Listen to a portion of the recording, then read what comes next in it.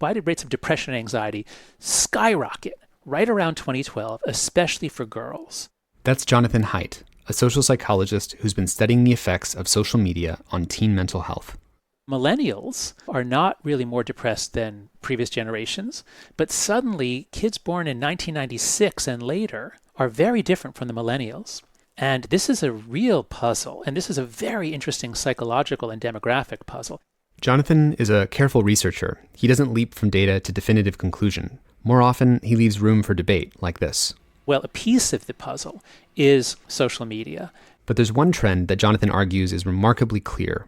Generation Z, the kids who grew up on social media, are being swept up in a current of mental health issues, unlike anything researchers have seen since World War II. You never get really sharp lines between generations. The only one I know of is 1946. So if you were born when, the soldiers came home, there's a baby boom, you're born 1946, you're different from kids born in 1944, okay? So that's like a really sharp line, big changes in American history. If you've seen the film The Social Dilemma, you probably remember Jonathan's searing presentation on teenage depression and suicide rates, both of which skyrocket along with social media usage. But the correlation is so distressing, you might reasonably ask, is that correlation or causation? It seems unimaginable that the stuff we see in our screens could drive such devastating trends. What mechanics of manipulation could lead to a generation-wide shift in depression, self-harm, and suicide? Well, when we talk about how technology is manipulating us, people think we're talking about the rhetoric of an advertisement, or whether Russia or China are creating comments that are persuasive or not persuasive. But all of this misses the core mechanism. Is social feedback a very powerful lever for influencing what we do? I'll give you an example. When TikTok was trying to figure out how do we get users away from Instagram, they inflated the amount of social feedback that we get when you post a video or a photo. Maybe I get 10 likes and 1 or 2 comments on Instagram. What if for the same video, I get 1,000 likes and 20 comments on TikTok? Which of those two products is going to be more persuasive at keeping me coming back? One of the ways they do this is they don't actually label what a heart or a like or a view is. They just put a big heart and then have a big number next to it. And so these companies are in a race to the bottom to manufacture the kind of social approval that developmentally kids are seeking. And then if you tell kids that, it doesn't really matter because they like how it feels. And because their social status among their friends is based on the fact that they get more likes and views than their friends do. And so it's kind of like, the way that we inject a cow with growth hormone so it produces more milk. TikTok is injecting into our videos a kind of social feedback growth hormone that is inflating the amount of feedback that we get from others, which is more and more addicting. And that's the problem in the race to the bottom of the brainstem, is that each company is forced to go deeper into this social approval mechanic. The other aspect of how this attention economy evolves is to find cheaper and cheaper ways for us to create the content. We're the unpaid laborers who will generate content for free because we will post about our cats and our dogs and our beach photos to get social feedback rewards, and we will generate the attention that will make money for the advertisers. One of the diabolical things about TikTok is that they actually invite each of us to create content for advertisers. When you open up TikTok and you go to the Discover tab, you're going to see a list of hashtags for things like Patty Challenge or Doritos Dance. And each hashtag shows on the right-hand side the number of views, 21 billion, 600 million, 1.6 billion. It doesn't say whether those are views or likes or real people. They obviously can't be real people because the numbers are too big. But they give you the sense that there's a large audience awaiting you if only you were to post a video. And so when you do hashtag Doritos Dance and you show someone that they're going to reach 1.6 billion dancing while you eat Doritos, now we are the useful idiots who are generating advertisements for Doritos. And we have hundreds of millions of teenagers who will happily do the creative work for Doritos.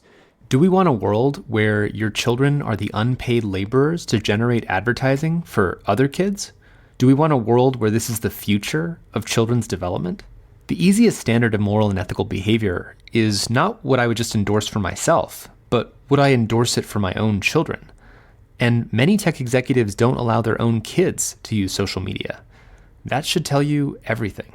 If you can't even meet that standard, just stop.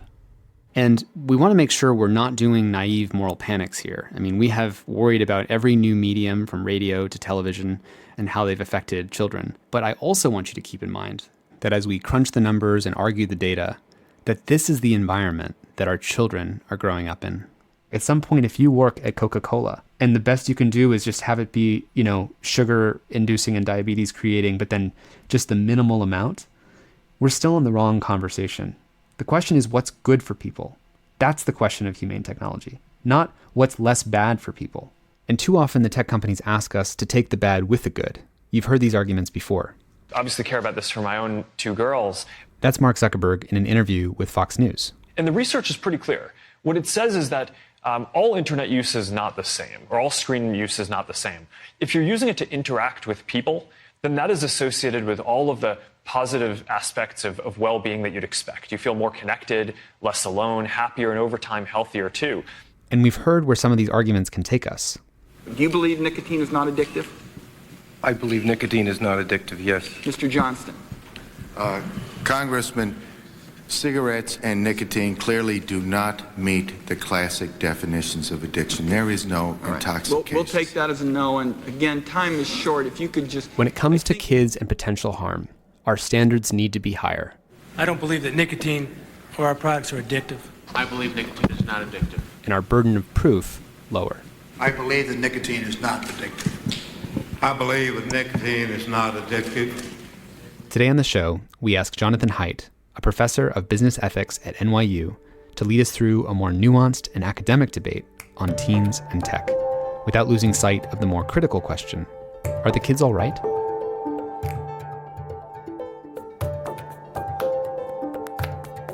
I'm Tristan Harris. And I'm Aza Raskin. And this is Your Undivided Attention.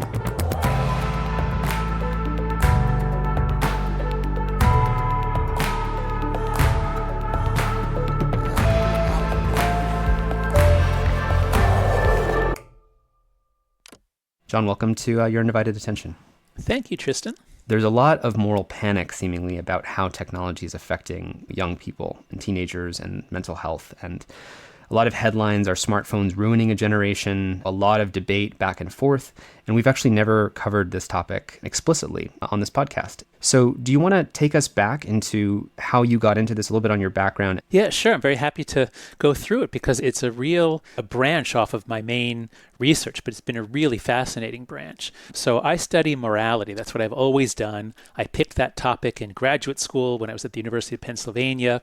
I studied morality, how it varies across cultures, beginning in the early 1990s. And then in the early 2000s, as the American Culture War was heating up, it began to be clear that left and right are like different cultures and warring cultures. And so then I began to study political polarization. So that's the main line of my work. And then along the way, my friend Greg Lukianoff came to me in 2014 and said, John, weird stuff is happening on college campuses. Greg is the president of the Foundation for Individual Rights in Education, defending free speech rights on campus. And Greg had noticed that suddenly, for the first time in his career, college students were demanding protections from speakers and books and words. And they were using the same arguments that Greg had learned to stop using when he learned cognitive behavioral therapy for his own depression. And I'd begun to notice this weirdness on college campuses, this new moral culture of safe spaces, trigger warnings, microaggressions. And so because I study moral psychology, moral culture, there was a natural match there. And I'd begun to see this weird new pattern. So that got me into studying what was going on college campuses. And when Greg and I wrote an article in The Atlantic in 2015, which the editors titled The Coddling of the American Mind. We didn't like the title, but it sure stuck. So that got us into studying what is happening to college students. They have rising rates of depression. Why is that? And so that's what that article was about. We thought that there are ways of thinking that are very harmful, that are self-destructive, that encourage people to think of themselves as victims. And we speculated. We had one line in the article about how college students who arrived in campus around 2014 were also the first generation to really get on Facebook and other social media around the time it came out, around 2007, 2008. They were in middle school. So we speculate, well, maybe that had something to do with it. But there was no evidence back then. Well, in the couple years after that, what Greg and I learned is that one of the biggest things that happened on college campuses is that Gen Z arrived around 2014. So the millennials are not really more depressed than previous generations, but suddenly kids born in 1996 and later are very different from the millennials. Jean Twenge, who's been studying generations for a while now, she comes out with a big article in The Atlantic called Are Smartphones Ruining a Generation? And she reviews the evidence that, well, actually, yes, the smartphone generation growing up on smartphones does seem to impact mental health. That was 2017, and she has a book called iGen. When Greg and I read that, that was a big missing piece of the puzzle. So for me, this has been a gigantic puzzle with enormous social ramifications. Twenge's research at least suggested that, well, a piece of the puzzle is social media, and another piece is the overprotection, which is what Greg and I had been focusing on. So that's what got me started. I think it's important for people to know in your book, you are not coming from a background of we really have to care about kids. They're all so vulnerable. We have to make sure we're coddling them. The point of your book, The Coddling of the American Mind, is that we've been overprotective. So just to name for people, as we start to veer into the territory of how do we deal with and protect or care about the mental health of especially teenage girls, this isn't starting from a perspective of we need to be so delicate. They're so delicate. We have to be so careful with them. Do you want to talk just a little bit more about that side? Because I think it qualifies that your concern would be so opposite when it comes to social media and teen girls. Yeah, well, that's right, because the core psychological idea, the most important psychological idea in the book is anti-fragility. It's such a useful idea. And everybody knows it. We all understand that the immune system is an open system that requires exposure to pathogens in order to develop immunity. That's how a vaccine works. And most people understand that if you raise your kid in a bubble because you're afraid of bacteria, and so you never let the kid be exposed to bacteria, that doesn't help. We need to be exposed to bacteria. And psychologically speaking, if you protect your kid and you say, I'll make sure you never get lost, I'll make sure that you're never teased or threatened by other kids, well, you're not helping the kid. Obviously, bullying that goes on for days is terrible, but kids have to have normal conflicts, to get lost, to get scared sometimes, and then you find your way back. We need this. Kids must have a lot of negative experiences to develop normal strength and toughness. So I start from that position that we do need to let kids out. We need to let them have all kinds of negative experiences and not protect them, and then they learn to protect themselves. So there's going to be an interesting twist when we get to the question of, well, shouldn't they be out on social media being publicly shamed? Wouldn't that be good for them? But we're getting ahead of the story. So, okay, let's put right on the table here, what do we mean by social media and why is it sometimes bad? And let's be clear, obviously social media does enormous good. Facebook in particular is very good at getting groups to organize and do things. I would never want to do a blanket thing like, oh, social media is terrible, or, the internet is terrible. So let's be clear about what are the mechanisms here that make a little part of what we do online harmful both to democracy and to teen mental health. In writing this article in The Atlantic last fall with Tobias Rose Stockwell, who knows a lot more about social media than I do, what I learned, what I really began to see in the evolution here, is that when social media began, Friendster and MySpace and the Facebook, they were just like glorified address books like, look, here's me. Look at all the friends I have. Look at all the bands I like. So that's not toxic. That's just public display, and you're boasting about your popularity, but that's not bad for democracy, and that doesn't drive people to suicide. The big change, the period where everything got transformed, is 2009 to 2012 or 13. And in 2009, Facebook adds the like button, and then Twitter copies it. Twitter adds the retweet button, and then Facebook copies it. And now the platforms have enormous amounts of information about what people will click on, what engages them. So now they algorithmicize their news feeds. And so suddenly now everything's custom tailored to you to maximize the degree which you will stay on, you will click, you will forward something. And the net effect is that first of all, for the teen mental health, in 2009, most teens were not on these platforms every day. And by 2011, they were. So that's the 2-year period where teen social life goes from mostly face-to-face. Now, of course, they're texting a lot. It's not that they're, like the old days. But these platforms where you create content and other people rate your content and other people like it or ignore it, and then you look and you're watching the meter go up or not, and you're feeling shame because your post didn't get many likes. This is when everything changes, 2009 to 2011. That's the transformative period for teen mental health and also for democracy, because by 2011, 2012, we've now created what Tobias calls the outrage machine. we have the ability now for anything to happen, and anybody, an individual or an organization, can distort it, repackage it in a way that triggers outrage, retweet it, and then it can go viral very quickly. And now we're in a state of perpetual outrage. This is not about forming a group of dog walkers in a neighborhood. This is about a way of engaging that maximizes public performance, which means we all become brand managers trying to manipulate other people in a way linked together so that things can move very, very quickly. And we can all be immersed in outrage forever and ever. The world changed between 2009 and 2011-12. And then mainstream media now has no choice but to hook into this. So this is the key period that people need to focus on. I think it's important to go back and just have everyone remember, or if you happen to use Facebook back in 2005, 2006, there's a famous talk that Mark Zuckerberg gave at Stanford, where I was at the time, where he was asked what Facebook is. And he said it's a social utility. It's an address book. It's just a page that you go check on a Facebook page and you see what's on your friend's wall. To speak personally to my own experience and many others at that time, especially I think with the launch of photo tagging, that's really when things revved up.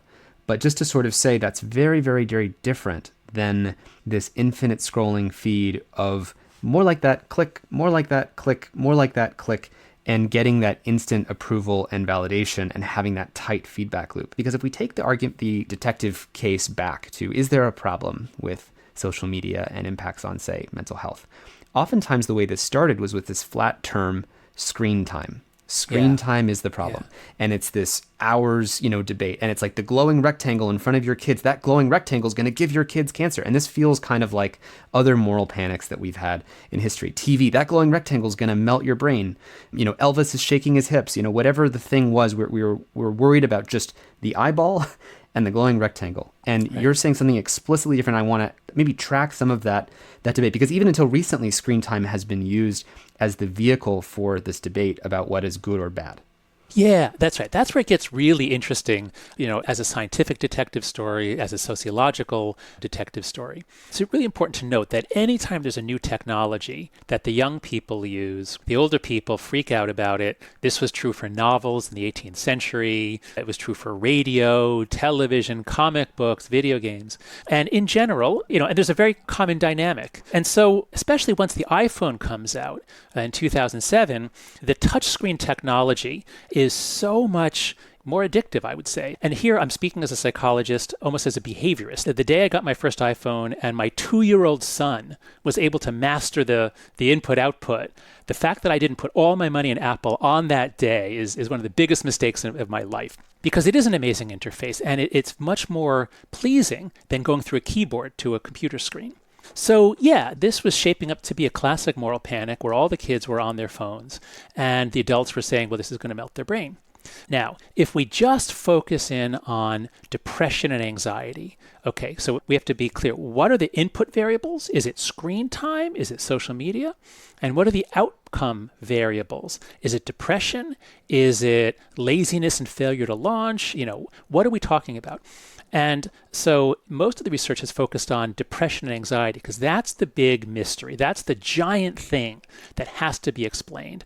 Why did girls' rates of depression and anxiety skyrocket around 2012? And there is no other explanation that anyone's been able to offer for why then and why mostly girls. So understandably, people point their finger at social media. Well, kids are doing a lot of things on their iPhones, not just social media. So the original panic was about smartphones. And the editors at The Atlantic make up the titles. I don't think Jean Twenge made up the title, Are Smartphones Ruining a Generation? That was something that the editors made up. But they were having to play into the clickbait economy to get into Facebook. Yes. And so they developed an article which then creates a full system closed loop. Exactly. That's right. Because had they had a more low-key title, it wouldn't have been such a panic. Well, same thing with your article, The Coddling of the American Mind, too. That you probably didn't use an extreme word like coddling. And again, ironically, Facebook and the social media feeds and Twitter are responsible for the naming of your books, which then people... Oh, my God. Because we should bring people back, too, that, Jean Twenge, who wrote that article in 2017, Have Smartphones Ruined a Generation, she's received so much anger and blowback for being so extreme. And just the title alone, I think, also instigates this kind of outrage trolling machine, which, again, ironically, she probably experienced on social media as the kind of same trolling and shaming behavior that unfortunately other people face. That's right. So, we evolved in a world where Newton's laws applied. I forget which one is for every action, there's an equal and opposite reaction. But after 2012, that's no longer true. For every action, there's an opposite reaction that's multiplied by a factor of 2 or 3. And we're all immersed in outrage all the time. So thank you for pointing that out, that both Gene and my articles, and of course, they had big impact because they were in The Atlantic and because The Atlantic did this, but this is the very problem. It also shows the way that social media or the race to the bottom of the brainstem attention economy sort of leaks out. Even if you're not on social media, the world still is. And so you live in that world. There's no escaping it. That's right. And people will tell you about it. So there are those who think that social media is harmful, and there are the skeptics. So the skeptics make a good case that if you look at history, there's all these moral panics. Why should this be different? So I agree with them that the burden of proof is on people like me and Gene. We can't just say, look, they came in around 2011, and in 2012, depression rates go up. See, we're done. We proved it. No, that's not enough. That's a correlation. It does not show causality. So what Jean did in iGen and her other work is she looked at almost all the data here is correlational, but some of it is time lag, and some of it you can dig into the data and show it's not just that historical event A happened and then historical event B happened. You can show that it only happened for people who were heavy users. So at least the straightforward correlations are there. So we're not just talking about screen time, we're talking about it's not the light users, the medium users. There's a disproportionate, for the heavy users, you really get some kind of lift. Is that right? Exactly. So to the extent that there's evidence of harm, the clearest evidence is the graphs that show, based on the number of hours per day along the x-axis, what is the rate of depression shown on the y-axis. And the lines are not straight, they are curves. So typically, someone who uses social media 2 hours a day is not doing any worse than someone who doesn't use it at all. But someone who uses it 4 or 5 hours a day is. And so you generally get these curves. So it's heavy use, not light use. And the curves are generally bigger for girls. And in a few studies I've seen, the effects are biggest for young girls in middle school. So we have sort of round one is we have Jean's article, and oh my God, smartphones are destroying a generation. The glowing rectangles. It's glowing rectangles, that's right. And then we have the skeptics, and so it's Amy Orban and Andrew Shabilsky are two of them. They published a big article in Nature Human Behavior in January 2019, and they do a big analysis of some of the same big data sets that Jean Twenge looked at, and they say, look, we did this giant analysis with 60,000 combinations of variables, and yeah, we do find a relationship between the amount of time a kid spends using devices and their mental health, but it's tiny, it's microscopic. It's the same size as we find in the data set for eating potatoes. It's not zero, but for those who understand correlation coefficients, we're talking correlation coefficients around 0.02, 0.03 in that ballpark. They're statistically significant in a giant sample, but they're so small that you can basically ignore them. And this article came out right after Greg and I had published our book. And I thought, whoa, were we wrong about this? Because in our book, we say, we've got this mystery, what happened to Gen Z, and we think it's overprotection and social media.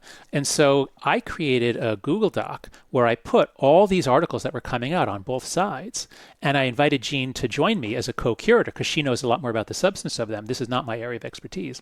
And as soon as we posted it, we got some pushback, people saying, oh, come on, this isn't even a real thing. There isn't even really a mental health crisis. That's another moral panic. And we had to say, wait, what? What do you mean? And they say, oh, it's just self-report.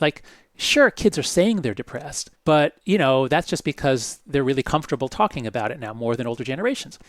So, okay, that's a valid objection. So I had to go back and make a second Google Doc where I gathered all the evidence as to whether there's actually evidence of a mental health crisis. And once you put it out there, and you have evidence on depression, anxiety, self-harm, and suicide. Now, if it's just depression, anxiety, self-report, you could say maybe it's just a change in diagnostic criteria. But when you have hospital admissions, this is not subjective interpretations. This is kids who are brought to the hospital because they're bleeding because they cut themselves deliberately. And when you have suicide data, this is as objective as can be. I mean, sometimes there's some play into whether something gets called suicide. But the fact that they all line up, same magnitude, same timing, means there's no doubt about this. There is a mental health crisis. It is very serious. For suicide, boys and girls are both up a lot. For self-harm, it's only the girls. Boys don't generally self-harm. They either kill themselves or they don't.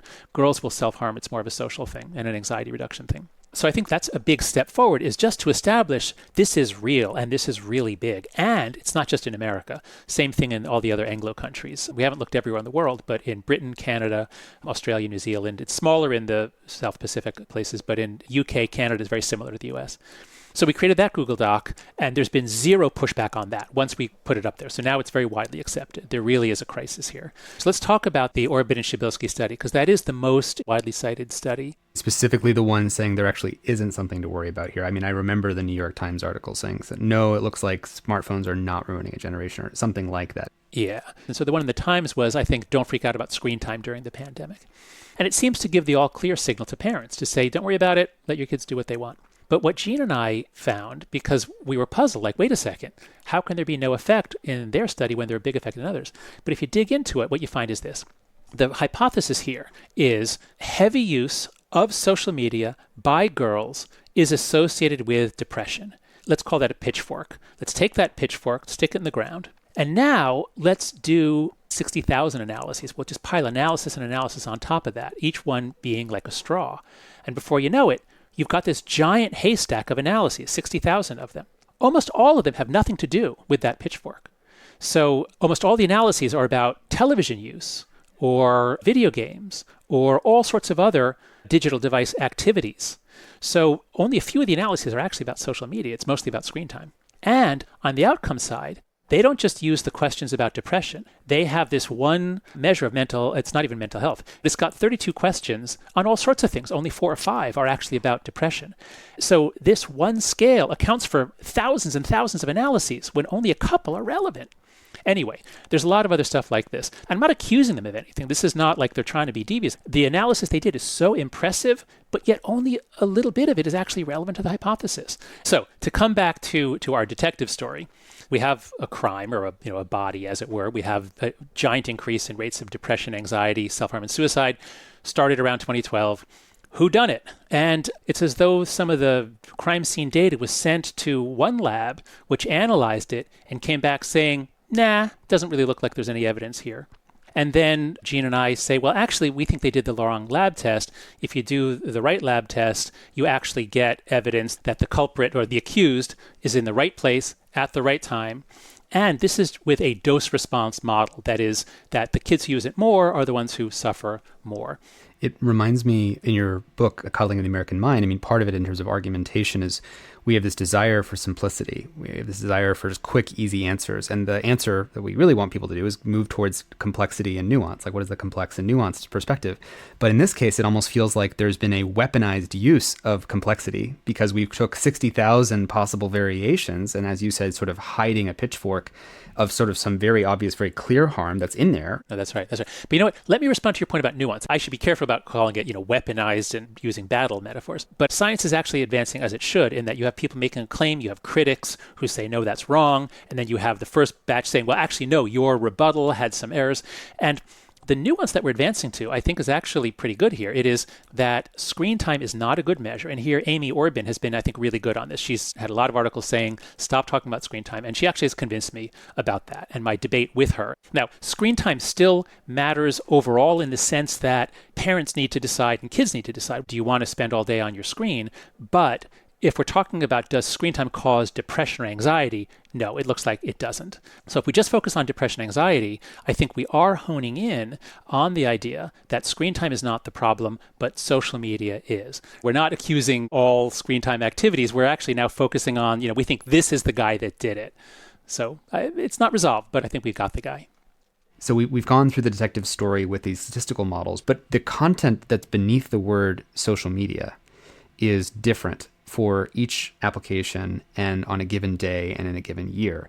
Are we talking about Facebook? Are we talking about Instagram? Are we talking about TikTok? Are we talking about Facebook in 2009 third quarter where they changed the algorithm and all the weights are different? I think what's really hard about this is how do we kind of move the debate and the conversation to kind of a common sense orientation of, okay, if I'm a 12-year-old kid, I'm forming my identity if I'm a teenage girl, and I'm especially attuned to my physical appearance, and I post a photo and I don't use a filter on it, and I see that the photo that doesn't have as much of my skin showing doesn't get as many likes as when I used to have a lot more skin showing, I actually will delete that. This is a known behavior. The teenage girl will delete the photo that doesn't get very many likes because she's worried about how she'll be perceived, given all of her other ones have this high social rating. And so the kind of basic mechanics, it's almost like saying, well, with climate change, we could do a million statistical models, or we can just look at the mechanism that says this tends to amplify that. And I'm curious, John, when you think about that, because there's so many nuances of what we could say here. I mean, obviously, people will say things like, but look at all the creative things that people are doing on TikTok. Look at all these amazing videos. But we can look at key mechanics and at content beneath the words social and media that I think we can clearly say are harmful. What do you think about that? Yeah, so Nir Eyal, he wrote the book Hooked. He and I actually became friends during a debate over whether social media is harmful. We have daughters the same age who became friends. But Nir has this thing he calls the regret test. And if you ask consumers, do they regret their involvement with the product? And they say yes. Well, that's pretty damning. The whole moral basis of capitalism is that it creates wealth and allocates resources in ways that satisfy people's wants. And if it's doing things that people don't want, or catching them up in behaviors that they wish they didn't have, well, that's pretty damning. There was a study done on users of Moment, and one was the percentage of users who are happy with the amount of time they spend on each app. And at the top, the most happy in order is FaceTime, Mail, Phone, Messages, and Messenger. In other words, to the degree that technology helps us talk to our friends, that's great. There's nothing wrong with that. Nobody wishes they spent less time on FaceTime with their friends. But at the other end, the bottom, was Instagram at 37%. Only 37% of Instagram users are happy with the amount of time they spend. Tinder is 40%, Facebook is 41%, Reddit is 43%. So I think this is very, very important. I think this really shows there's something wrong here. And now let's dig deeper. Okay, so what is it about those programs that not just people regret using, but what is it that actually is the mechanism of harm? And here, look, if people over 18 choose to do something, if they choose to gamble or try heroin, that's their choice. I don't want to get involved in that. But the internet, this was pointed out to me by Beeban Kildren, a member of parliament who studies this in the UK. The internet was not built with children in mind, yet a third of the people on the internet are children under 18. If we really take this seriously and say, well, what kind of internet would we have built if we knew that a third of the people on it would be children? Would it look like this? For adults, I don't want to tell adults they can't do something because I think it's harmful. But, for children, it's different. And then the other thing that's crucial here is that social media is not an individual choice. I mean, in one level it is, of course, by the children and the parents. But when my son started 6th grade, and everybody else was on Instagram at his middle school in New York City. And I said, no, you can't go on. Well, then he was excluded. And presumably none of the other parents wanted their kids on, but we all let our kids on, most people, because the other kids are on it. So the social media companies, either wittingly or unwittingly, have created a trap.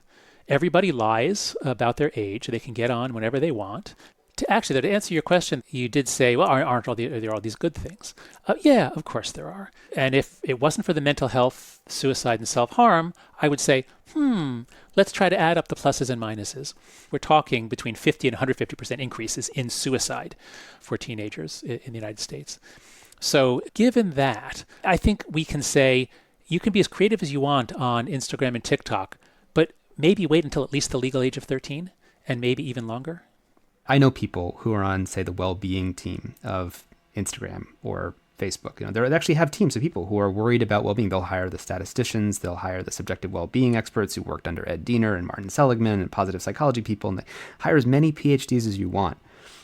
But if you were in that room back in 2004 and 2005, when Sean Parker would literally just tell his friends, if we haven't got you yet, we will, because once we get all your other friends on, and you will not have a choice. And we can provide those cocaine rewards faster than you will.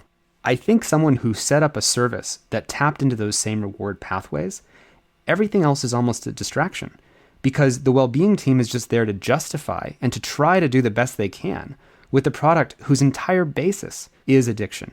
And it was never designed with the best interests of society or well-being or the developing child in mind. Never. We didn't get here because people were asking what's best for society. We're now trying to reverse into that position. Many people would say, you don't blame a baker for making an addictive croissant. Or you can't blame someone for inventing the shipwreck when they invented the ship. You can't invent a ship without inventing the shipwreck. So, I'm curious how you respond to this notion of what is the responsibility of technology companies when making these products? Yeah, well, so those are two different arguments. They're both interesting arguments. You can't blame a baker for baking an addictive croissant. Sure, and if it's adults buying it, it's fine. But suppose there was a company that provided school lunches and they realized that providing Kool-Aid, providing sugar powder, the kids love it. There are different responsibilities when you're dealing with kids. And so we do take a more paternalistic approach to kids. And as for the other argument, you can't invent the ship without inventing the shipwreck, yeah, that's fine. And if maybe what will happen here is that this is just like, when the automobile was first invented and I presume they had brakes on the initial automobiles, but they didn't have turn signals. They didn't have windshield wipers. They didn't have seat belts. And over time, they got those because market pressures were such that people preferred safer cars, and normal market mechanisms meant that you'd improve the product by making it safer. And if that was working, if we saw evidence that social media is getting better and better, every year it gets better for mental health, every year it gets better for promoting civil discourse and supporting democracy, well, then I'd say that argument applies here. But, if it's this, Metcalfe law, if it's the sort of thing where once they get big, they can basically stop these sorts of changes, well, then I would say the shipwreck argument doesn't apply. Ships got better and better because nobody wanted ships to wreck. If there was some commercial interest that benefited from more and bigger shipwrecks, well, we'd be in a different situation. We know that there is a mental health crisis affecting our kids. We got to do something about that. So what do?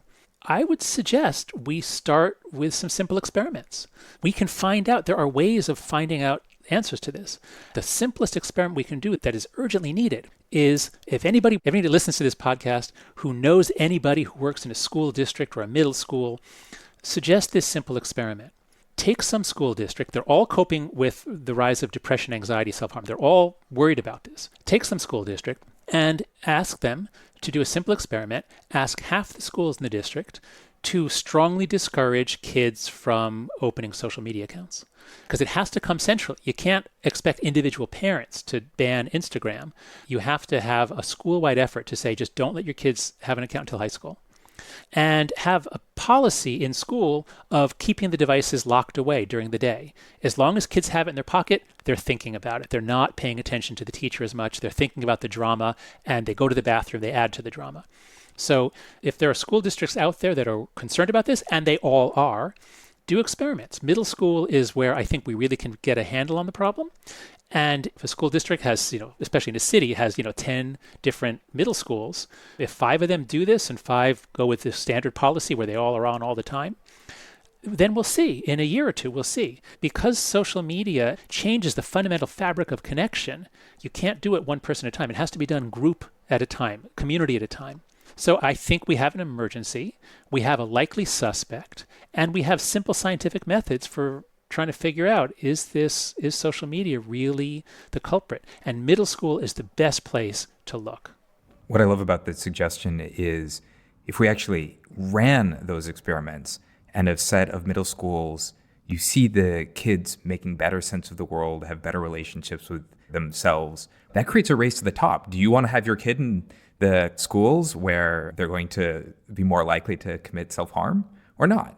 Exactly. That's right. We'd know within 2 years. We'd know within 2 years because the curves are going up and up and up. We are not flattening the curves on mental health.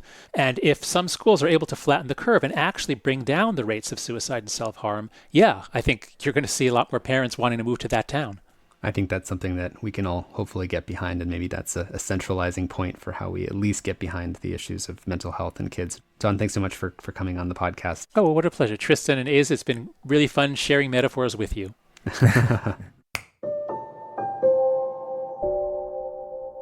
Listeners, before you go, one of the most common questions that we've been getting since people watch the film The Social Dilemma is obviously, what can I do? And many people who see the film or hear this interview will think to themselves, well, I'm just going to have my kid by themselves delete their Instagram account or delete TikTok. But of course, what's diabolical about these systems is that they prey on manipulating social exclusion. Because now that one kid is not using TikTok, the rest of their friends still are. And the way that they do their homework or find out about sexual opportunities or gossip or who's more famous or has higher status in school than the other person is still happening on TikTok. So one thing we're recommending to people is not just to delete your own Instagram or TikTok account, but to actually start a group migration? Just like the birds migrate every year, can we migrate as a group, as a school, as a set of families, as a set of friends, off of one of these manipulative platforms? You can delete TikTok, and when you make a dance or funny video, you can send it to people you love directly. Instead of using Snapchat, you can delete Snapchat and use text or WhatsApp instead. Instead of asking yourself and your kids, do I like this app? You can ask, how does this app make me feel, both during and after using it? And these are really powerful conversations to have in your family. For more resources, you can go to our website at humanetech.com, where we have some material for youth, parents, and educators.